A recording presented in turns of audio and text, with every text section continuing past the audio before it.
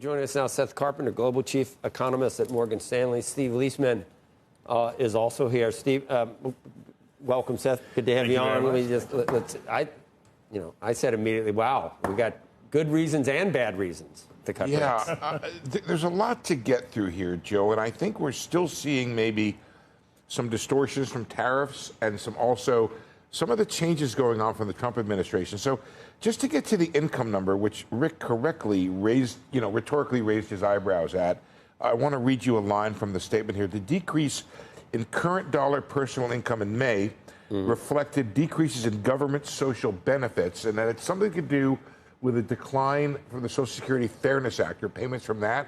Don't know about that. I need to look into that. Then I want to tell you something else here. The $29 billion decrease in current dollar PCE in May, and that's the spending, reflected a decline of $49 billion in spending on goods, partly offset with an increase of $20 billion in spending on services. What is that telling you? Well, two things, I think. You might have had a decline because the benefits decline. You may have had a decline in spending. But this is the reverse of the front loading, right? This huge increase in goods spending in the prior months. Now they're unwinding that a little bit. So like I said, when the May retail sales came out, it was minus 1%. I said, let's chill a little bit on this because we're not sure if this is actual weakness or it's just payback from the front loading. So I'm going to take a, what do you call that? Neutral on this number. I'm not panicking on the consumer right here, right now. What do you think, Seth? So I think Steve's got it generally right. The spending number was pretty much in line with what we were thinking, negative a tenth a month. Is that right? Right, negative 0.1. And the payback in the good side of things makes total sense given how much advanced spending we had seen. I'd say the surprise, though, is exactly what Steve flagged as well, which is the fall in income, trying to figure out exactly how much that is. And if it's transfers from the government, those are usually the people who are going to spend all of it. And so we need to see what happens. The Social Security Fairness Act was signed into law on January 5th of this year. It provides retroactive payments and increased monthly benefits to individuals whose Social Security benefits were previously reduced. This is mostly for teachers, firemen, police officers, federal employees who got a lower Social Security benefit while also because they were receiving a pension from work.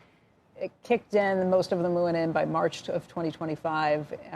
The increased monthly benefits started in April 2025, but maybe it was the big... I think the president unwound it, though, right? Yeah. That's what I think might have happened. I think we have to look into that. Anyway, It's stuff like this. One-time stuff shows up in the data, and I don't think you panic over it. I think that's exactly right. I think the spending side of things, the real economy side of things, those are sort of month-to-month fluctuations that aren't the real story. I think people were focused for a long time on inflation. We got CPI already that fed into this report.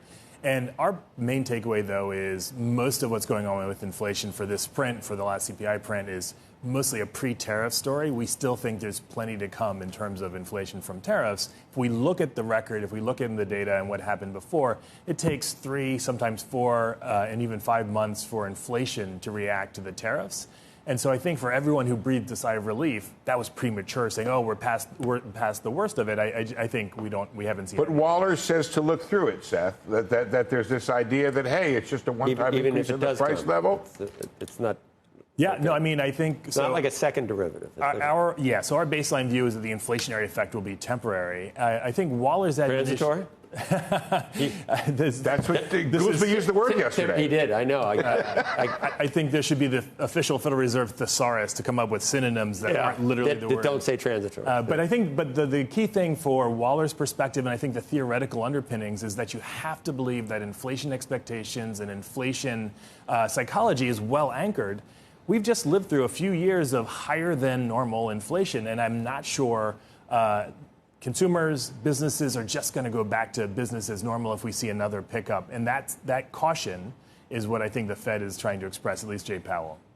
What if, we had her on yesterday, Senator Moore, and I thought about this earlier, what if she's right about the proclivity for companies to look for any excuse to gouge?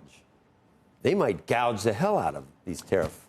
You could, in her world, there's nothing to keep them from raising prices. If tariffs are 12%, raising them 30%. I'm going to let Seth answer, but I'm just going to give one sentence, which is that all of this points to a really interesting question, which is how competitive is the U.S. economy?